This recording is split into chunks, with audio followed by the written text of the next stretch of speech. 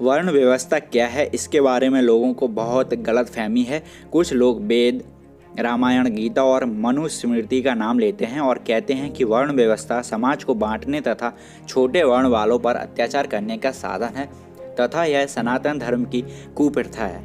लेकिन जो लोग ऐसी बातें करते हैं उन्होंने इन ग्रंथों का स्वाध्याय सही से नहीं किया है और समस्त उपनिषद रूपी गाय को श्री कृष्ण ने दोहा और गीता रूपी अमृत विश्व को प्रदान किया है, जिसे हम श्रीमद् भगवत गीता कहते हैं। उस वेद के अनुसार गीता में वर्ण व्यवस्था के बारे में जो कहा गया है, मैं आपको छोटे एक विस्तार में तो नहीं, छोटे भाषा में बताने वाला हूँ। गीता में श्री कृष्ण ने कहा है, गुण और कर्मों के विभाग पूर्वक चारों वर्ण यानी कि ब्राह्मण, क्षत्रिय, वैश्य और शूद्र मेरे द्वारा रचा गया है। इसके बाद फिर भी श्री कृष्ण ने गीता के श्लोक नंबर 18 अध्याय के 41 श्लोक को विस्तार में बताया गया है।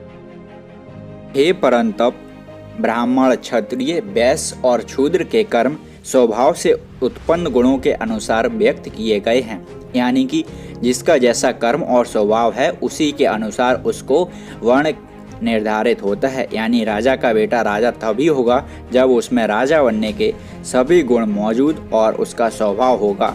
श्री राम इसीलिए राजा नहीं बने थे कि वह सबसे बड़े थे, बल्कि राजा इसीलिए बने थे कि वे श्रेष्ठ क्षत्रिय, गुण वाले तथा प्रजा प्रेमी और मंत्रिमंडल को भी राजा के रूप में उन्हें पसंद था।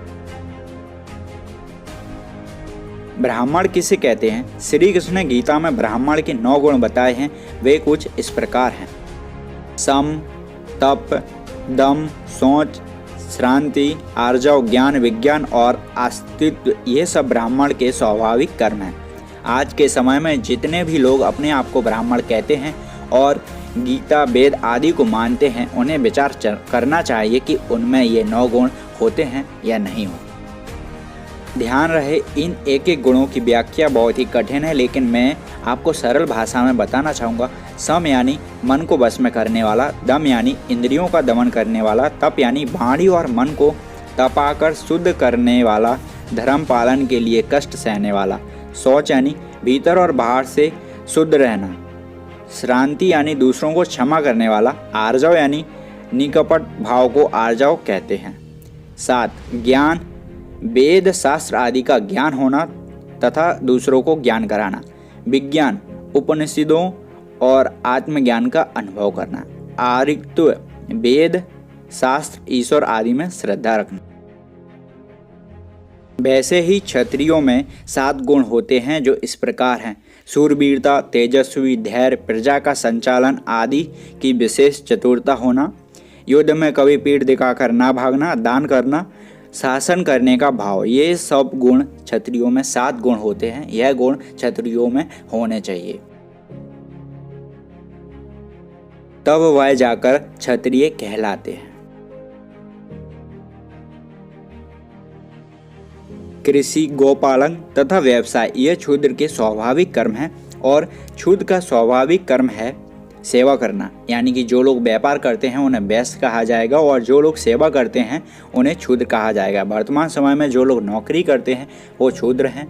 शूद्रों के विषय में ऐसा भी कहा जाता है कि चारों वर्णों की सेवा करना शूद्र का स्वाभाविक कर्म है, तो इसमें कोई गलत बात नहीं है, क्योंकि सेवा के बदले धन प्राप्त होता है। सभी वर्णों में शूद्र की आवश्यकता होती है। अगर एक ब्राह्मण का घर बनाना है तो शूद्र के बिना वह नहीं बन सकता। एक क्षत्रिय का महल, भोजन, तलवार आदि बनानी है तो वह शूद्र के बिना नहीं बन सकती है।